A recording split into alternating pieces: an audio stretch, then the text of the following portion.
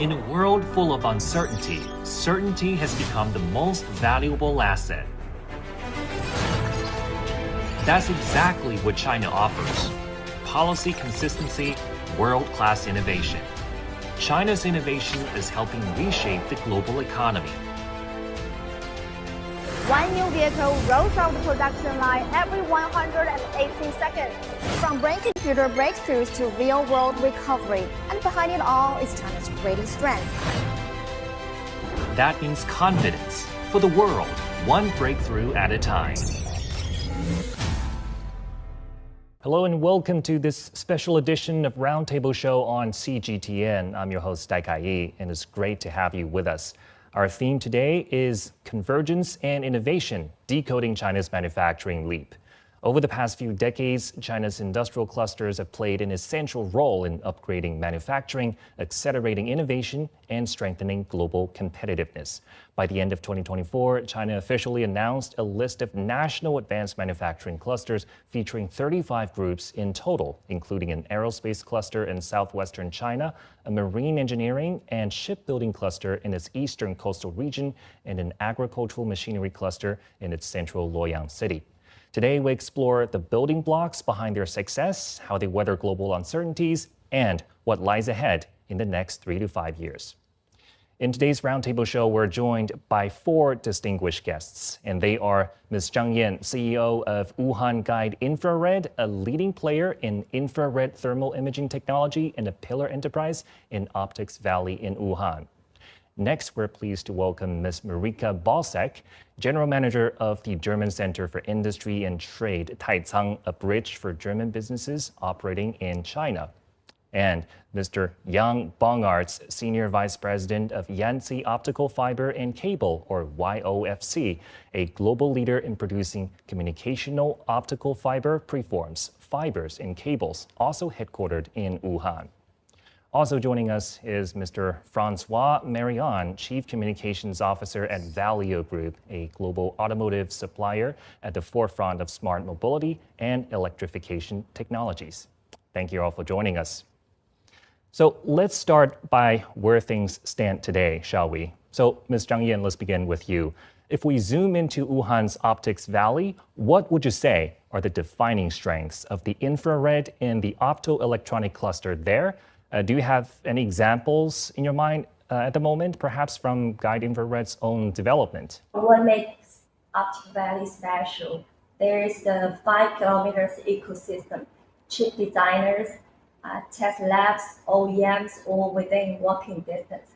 Let me take an example. When COVID-19 hit, we rallied 37 local suppliers to run up thermal camera production to meet demand. Thermal cameras for instant temperature reading on human body, 100,000 units in just 2 weeks. It was amazing. That's the power of clustering, not just making parts, but also make history. Thank you. Okay, now let's turn to Mr. Bongartz. As an enterprise in the fiber optics sector at the Optics Valley, how do you evaluate the overall maturity of the cluster your company is currently at? Is there a particular product or innovation from YOFC that best represent that strength? Yes, in my view, the optical fiber and cable industry has reached a very high level of maturity. There's a rapid growth of market scale, accelerating technological innovation and iteration, and continuously expansion of application fields. And let me give you an example. Artificial intelligence, AI, has become a major game changer. Its rapid development hinges on robust fiber optic networks. In response, YFC developed hollow core fiber technology. This type of fiber uses an air core instead of traditional glass, creating a sort of a tunnel in a hair-thin fiber. This innovation, a 47% increase in transmission speed, and a 31% reduction in latency, which is crucial for applications like the remote surgery, high-frequency trading, and artificial supercomputing networks. Our technology is truly top-notch, and YFC stands at the forefront of the industry in the mass manufacture of extended length, ultra-low loss hollow core fibers. At the OFC conference recently in the US, March 30 to April 2nd, YFC unveiled game-changing hollow core fiber advances. The single fiber core exceeds 20 kilometers in length, with a record low attenuation of just 0.05 dB per kilometer. And this marks the lowest attenuation fiber globally, for surpassing the attenuation limits of existing solid core fibers. Okay, thank you, Mr. Bongartz. My next question is for Mr. Marion. So Valeo is a world-renowned supplier in the automotive industry and has been present in China since 1994. So what advantages does China's automotive ecosystem offer as a whole in terms of innovation speed, production efficiency, and supply chain integration? Well, thank you very much. As you said, we have been in China for more than 31 years. And I will take three examples to illustrate how much China is bringing in terms of manufacturing, in terms of innovation, speed, and in terms of ecosystem. The first one is manufacturing. Our main advanced driving assistance systems plant, which is in Shenzhen, which is one of the two biggest plants that we have in the world, just received a couple of months ago the Lighthouse recognition from the World Economic Forum, making it one of the few, the first one actually within Valeo to get this to get this award, and is, if I'm not mistaken, also was one of the first plants in Shenzhen to get this award. This is the proof that we have there the most advanced manufacturing capabilities, including electronic monitoring of the plant, and even part of the plant is totally dark. In terms of innovation speed, in our lighting R&D center in Wuhan, we were able to reach a development speed that we don't have anywhere else in the world. Today, we are able to develop a lamp for car in less than 12 months, where it takes typically something like 24 months in the rest of the world. My last example will be about the ecosystem. I think what China is bringing is a wonderful ecosystem of actors so that we can execute open innovation. The last example we have announced at the Shanghai Auto Show was a cooperation with a company called Pangood, with whom we are making range extended motors for range extended vehicles. Which is a key technology to make the new energy vehicles of tomorrow.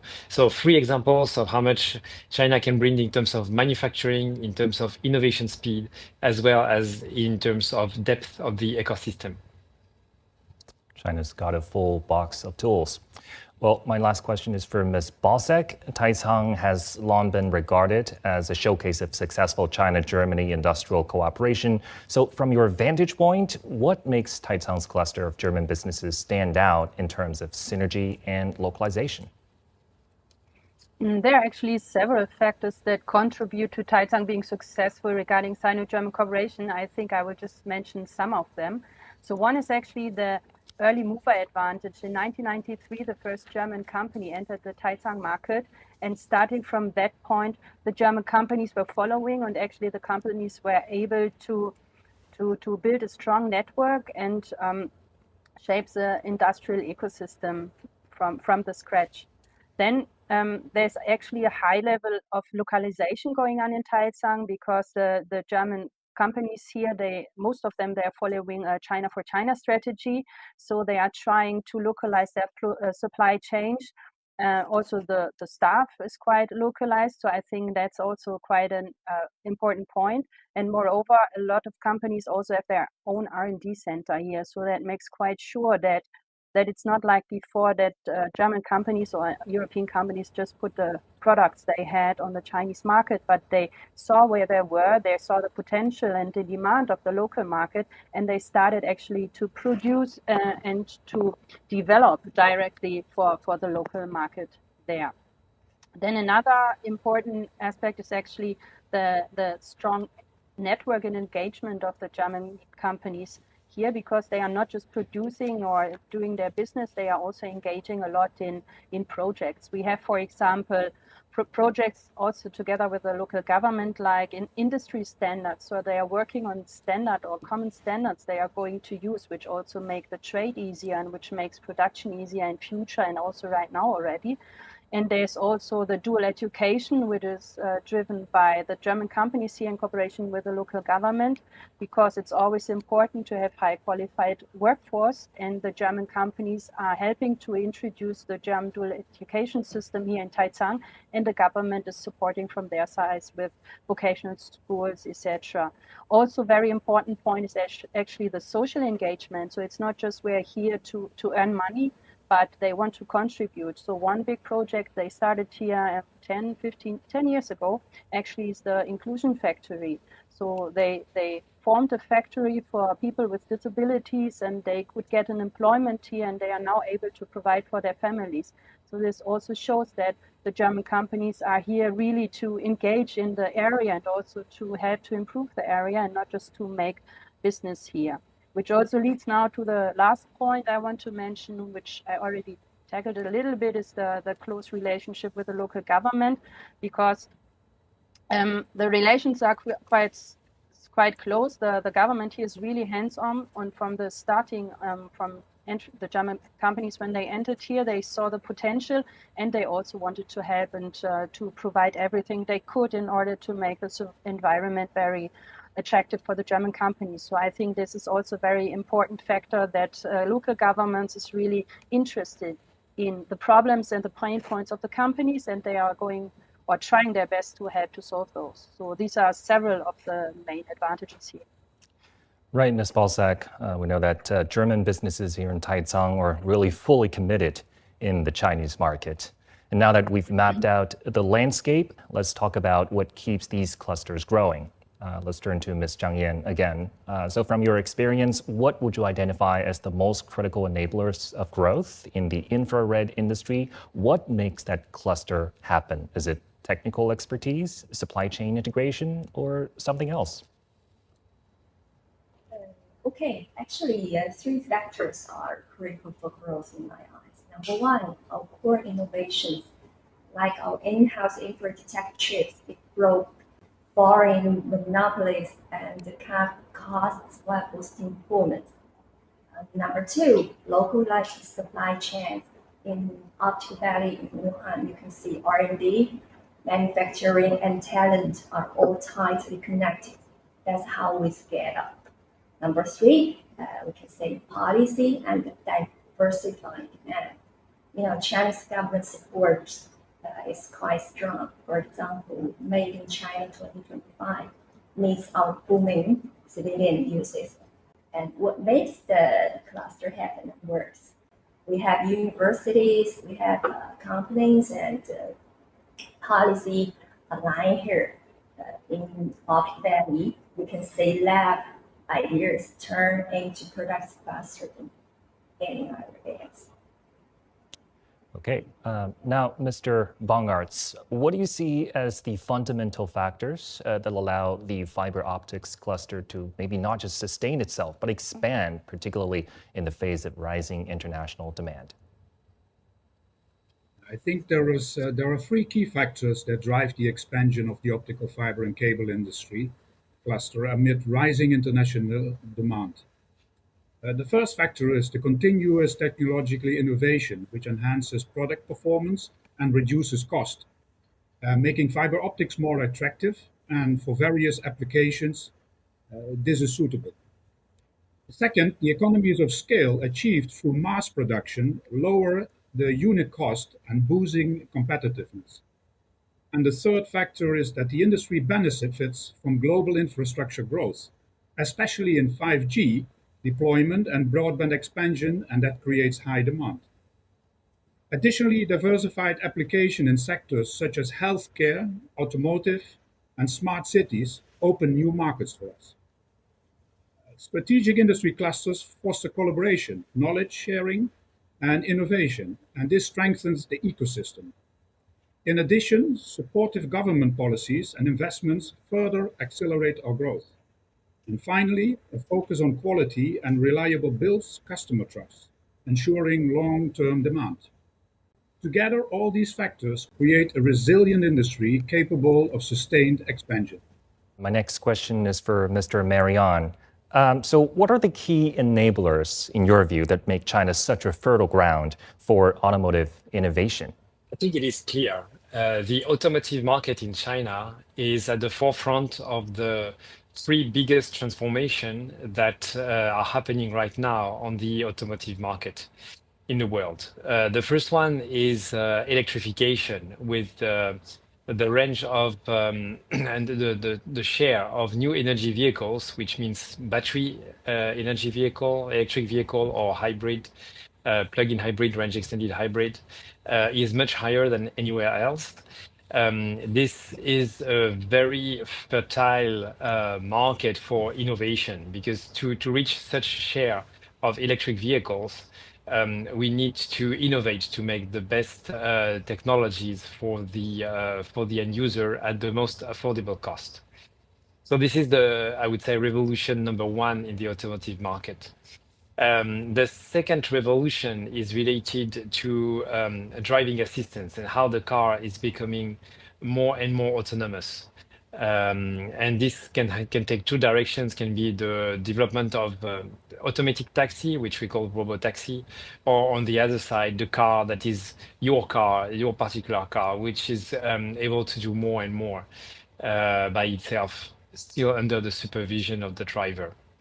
The third revolution, which is happening predominantly in China, is the car is becoming software. Software for the end user, much more interactive cars, but also much more intelligent car. Altogether, these three transformations are happening faster in China, which is why we are totally committed to China, because with Valeo, we also are at the forefront of these three transformations. Our activity really is embedded really into this three transformation. We provide electrical systems and thermal systems for new energy vehicles. We provide the software and sensors for advanced driving assistance systems to make the car safer and reduce accidents. And last one is about the software and making the computing units as well as the software in the car. Right. And at the end of the day is the real demand that drives supply. Well, Ms. Balzac, Exactly. in your opinion, what are the most powerful growth drivers behind Taicang's development as maybe one of the preferred destinations for German enterprises? Actually, one important aspect is the existing network and the infrastructure. So there's actually a snowball effect. When 30 years ago, the first company or big company settled down, the other companies were following. So if you consider, I have to have my suppliers or my partners here as well. The partners are asked by the big customers to come to China as well. And where are they going? They're, of course, going nearby the biggest customer. So I think that was really one important aspect of the growth of Taicang, that the small ball effect was really important. The other thing is that Taicang has quite an attractive geographical position here in the area, because although Taicang is part of Jiangsu and Suzhou, Taicang is the city closest to Shanghai. Actually, you can drive five minutes on the highway and you already cross the border to Shanghai. So that is quite near. So why is it important or good? You can use the infrastructure of Shanghai as well. You have the international airports, you have the free trade zone, you have the harbor, although Taicang has a free trade zone and a harbor as well. But this is, of course, an important aspect, that the infrastructure is really good. And you have the high-speed trains, which also are well connected to the other Yangtze Delta areas. So the geographical aspects are very important. Coming together with this, Taicang is a really small city in Chinese point of view, so just 1 million, 1 million inhabitants, a third-tier city. So the companies need more labor force or more professional talents, which are actually here. So the proximity to Shanghai and also to Suzhou helps the company to recruit personnel or high-quality personnel. So they might live in Shanghai, they might live in Suzhou or nearby, but they can even commute to Taicang as well. And so the companies are able to fill the need of employees here as well. There are lots of components to it, right? But that proximity, as you mentioned, really matters. The shorter the distance is, the better it is for a cluster to happen. But let's also look at some of the obstacles. So, Ms. Zhang Yan, when Guide Infrared pursued greater self-reliance in critical components like chips and maybe thermal cores, what were the main bottlenecks from your view, and how did your team overcome those challenges? We face three big walls. The first one is the high performance chip design. Developing advanced infrared detector chips require cutting edge semiconductor expertise. What we do is investing heavily in domestic R&D, partnering with Chinese research institute and gradually building the proprietary IP portfolios. The second one, thermal imaging cores demand ultra precise fabrication with equipment like MBE or LTA machines historically imported. The solution is the same, localizing production by sourcing domestic alternatives. Third one is talent gap. Actually, the whole industry is in a shortage of engineers skilled in compound semiconductor physics and packaging. What we do is to establish training programs with universities. We have two very famous local universities, Wuhan University, Huazhong University of Science and Technology. By 2024, Guide Infrared achieved more than 95% domestic content in its high-end thermal imagers, mass producing 1,000 by 1,000 resolution detectors. The company's patents in wafer level packaging and digital analog hybrid chips now totally independent of Western tech. That homegrown tech advances and breakthroughs really matter, right, to the long-term success of an industry. My next question is for Mr. Bongartz. As global telecom standards evolve rapidly, where does YOFC feel the most pressure? With the rapid development of the optical fiber and cable industry, especially the fast evolution of global telecom standards, companies in our sector inevitably face various challenges. For YFC, the most pressing bottleneck lies in technology. Our traditional fiber optic technology is already well developed and good enough for everyday communication. But with the rise of artificial intelligence and the sharp increase in data traffic, we now need more advanced solutions, like the hollow core fiber which I mentioned earlier. These fiber which use air in the center can overcome traditional limits and enable very high speed networks. They are ideal for 6G, high frequency trading, cloud computing, and quantum communication. However, achieving such breakthroughs in technology is quite tough. It involves solving difficult engineering problems. Even so, breaking through these technological barriers will push the entire industry forward. That's why YFC is committed to leading in the development and use of hollow core fibers. Okay, for Mr. Marion, from Valio's perspective, what have been some of the main bottlenecks or structural challenges, if you will, in scaling your operations across China? How have China's industrial clusters helped you address or navigate those challenges? Well, I see a couple of challenges that we face right now in the automotive industry development in China. The first one is the diversity of technology at this stage is still very wide. I mentioned the different kind of electrical technologies which we believe are going to last, but also you can see a big diversity in terms of software and hardware architecture as well as technical solutions. So this is clearly a challenge for us, and we raise up to this challenge by optimizing, of course, of research and development, which enables us to research all these technologies at the same time. But it is a challenge. The second challenge was also mentioned by Ms. Zhang Yan is the talent pool. Of course, China has a super deep talent pool with very strong universities and students, but there is also a very big competition for this talent pool. So this can be a bottleneck. The third one will be the level of competition there is in China is very fierce. All the companies are there. All the leading players, international players like us, are present in China. On the other side, of course, there are a lot of local companies in the automotive market. So this is, I would say, the third challenge that we see. And I would add two points. The first one is the fact that we get very strong support from the local governments. It was already mentioned to confront these kind of challenges, especially of the talent pool, of the ability to build and invest in new facilities. So very good support from local government.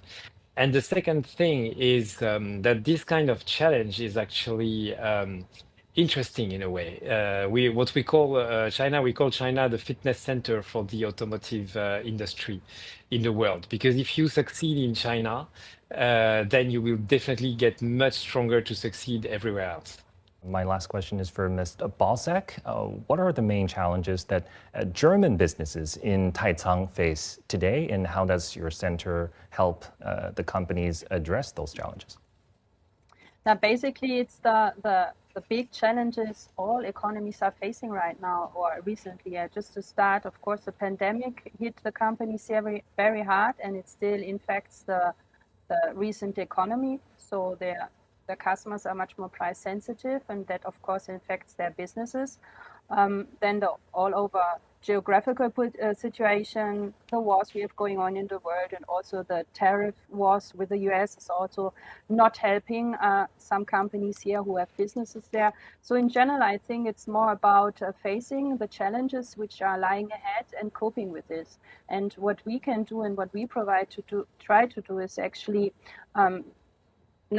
using our bridge building function. So I think in those kind of times, it's quite important that the communication stays up, that there is a lot of information going back and forth, so that businesses in Germany, for example, also know what the situation in China is, what is the struggle the companies have here, and what do they actually need. And on the other way around, also for Chinese companies right now who are interested in the European market, it's important to see what is actually possible and how to enter a new market. So we trying to fill this gap in this role and to just inform, to talk to companies, to talk to media, to talk to government delegations as well. We are receiving several from Germany, also from China, and I think that is really a core mission we are doing. And also within Taicang, to put it now on a smaller scale, we have here also an association, the Taicang Roundtable, which was also built up by the German companies here 10 years ago. And their role is also to be a bridge builder between the government here and the local companies to address the pain points and what they actually need, so that there's always discussion and communication to solve all the problems which are lying ahead of the companies here. There's always a process to figure everything out. A healthy level of competition can certainly drive industrial development, but it's equally important to guide different players along the value chain toward coordinated cooperation and smart collaboration. The goal, of course, is to keep everyone moving in the same direction. Instead of blindly pursuing scale or trying to do everything at once, regions should really play to their strengths, whether it's talent, technology, or land resources, and develop those strengths in a way that fits their local reality. At the same time, it's important to find ways to grow alongside other regions, with each other filling a role that supports the bigger picture.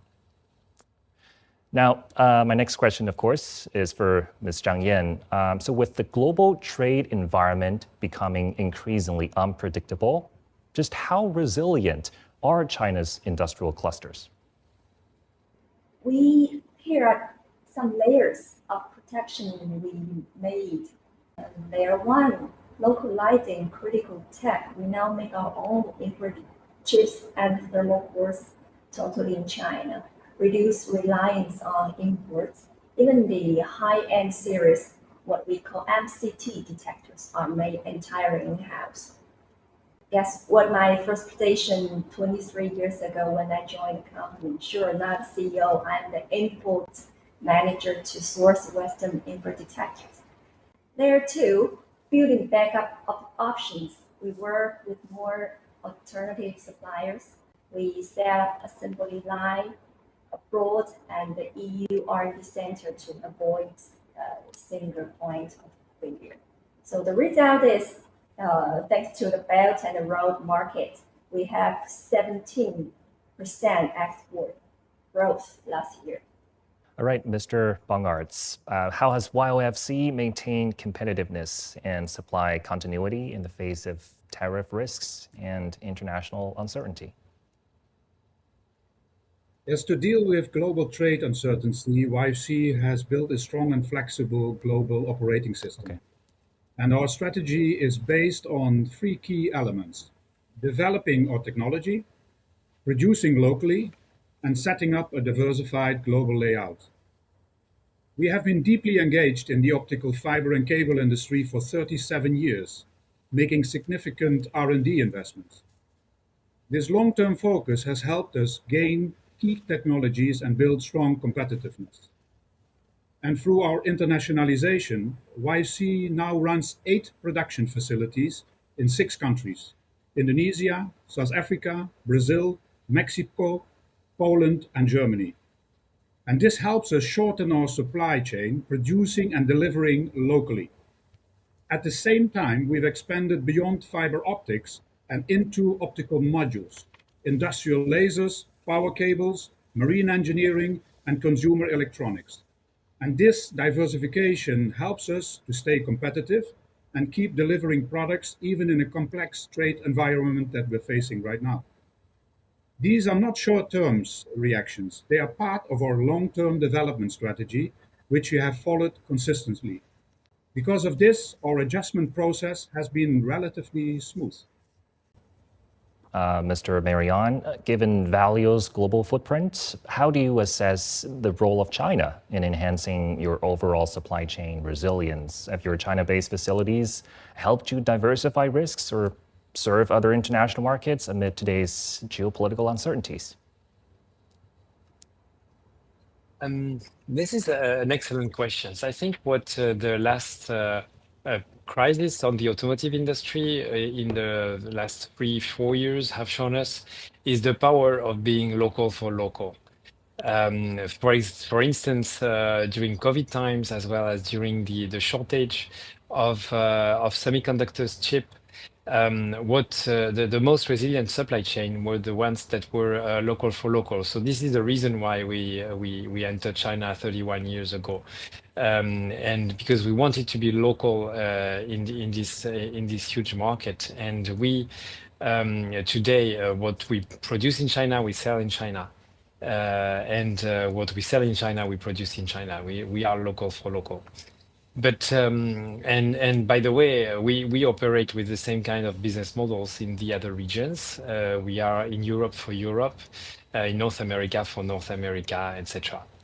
But what happened as well during this last 30 years is that we also evolved our business model and our operating model from made in China towards invent with China. Because not only is the production local for local, but more and more what we can observe is that the technology is also being developed locally for the local market. And this is really, in today's world, what makes the most sense. So, Ms. Balsack, in light of the current global trade uncertainties, how are German enterprises in China adjusting their strategies? This question is actually hard to answer with one general answer. So I would like to say three strategies I see here. So the most or biggest one I see is the China for China strategy. So companies are localizing because they know they need a solid and a reliable supply chain. They need a local staff and they need local production. So they are localizing. The others, they are considering diversification because they don't want to put everything just in one market, but they really want to diversify it and to make sure that they are prepared for any situations. And the third one we also saw, but actually not so much, is that some companies, not the big one, but smaller ones, left the Chinese market. Sometimes economic reasons, some reported to us or told us that the management changed and that China was not strategy for the global strategy anymore. Lastly, we're also going to take a look at what the future holds. Ms. Zhang Yan, so what's your 3-to-5-year outlook for guide infrared and the overall industry? Okay, for the future, I want to say fasten your seatbelt to my colleagues during the 15th five-year plan. The civilian market will boom. We are entering the civilian sector, combining our cutting-edge sensors with AI, big data, and middleware software to deliver tailored digital transformation solutions across industries. Please mark my words, by 2028, China will drive 40% global infrared innovation. Okay, Mr. Bongartz, where do you see the biggest opportunities for YOFC and the broader optical fiber cluster? I think the next 3 to 5 years are extremely important for us, but also for the industry. And we believe that AI, artificial intelligence, is a driving new wave of innovation. And this is actually seen that many industries in the world are moving to digital and intelligent systems. And to support this, the demand for high-speed, low-latency optical networks will grow quickly. So this creates big opportunities for advanced fiber solutions. We see 5G networks that continue to expand, but we already see that 6G has started research. And these trends will require better optical fiber technologies. And beyond telecom, areas like smart cities, digital healthcare, and self-driving vehicles will also depend on strong fiber optic networks. And all of these means there is still a lot of room for growth. And at the same time, next generation fiber technologies, like I mentioned, the hollow core fiber, will change how fast and efficient data can move. So companies that lead in commercialization these new technologies will gain a major advantage. Okay, looking ahead, Mr. Marion, what role do you envision for Valio's China operations in your global innovation strategy over the next 3 to 5 years? Are there any particular technologies or product segments you're focusing on more intensively in the Chinese market? I think it's clear that with China at the core of the transformation of the auto industry, we are going to keep on developing the technologies to match this demand. So it was all about smart electrification. It's all about developing the new software. It's all about introducing more and more AI so that the car is able to do even more and more based on its understanding of the environment.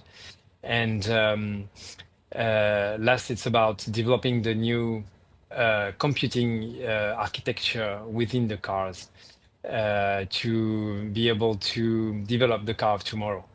Ms. Balzac, what role do you see for platforms like the German Center for Industry and Trade, Taicang, in supporting cross-border collaborations in the next 3 to 5 years? I think most importantly is that we provide an entrance platform for companies, for German companies, but also for other companies who are seeking to have a high quality office surrounding here in the German Center in Taicang, because we have actually quite good office spaces we are providing here.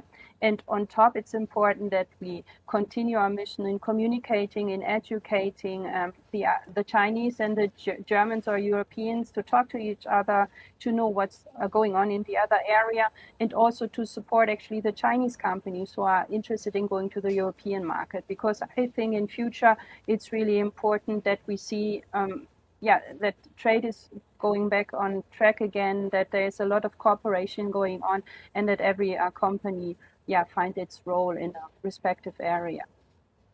Once again, thank you to all our guests for such an insightful and forward-looking discussion. Ms. Zhang Yan, CEO at Wuhan Guide Infrared, Ms. Marika Balsek, General Manager of the German Center for Industry and Trade, Taicang, Mr. Yang Bongarts, Senior Vice President of Yanzi Optical Fiber and Cable, or YOFC, and Mr. Francois Marion, Chief Communications Officer at Valeo Group. China's industrial clusters are helping drive China's economic upgrade, fostering homegrown tech advances, and increasingly contributing to solutions for global challenges. With a combination of talent, policy, and entrepreneurship, these innovation hubs are aiming for even higher goals. Despite great uncertainties from the outside, China's industrial clusters demonstrate remarkable resilience. That's all for now for this special edition of the Roundtable Show on CGTN. I'm Dai Kaiyi, and we'll see you next time.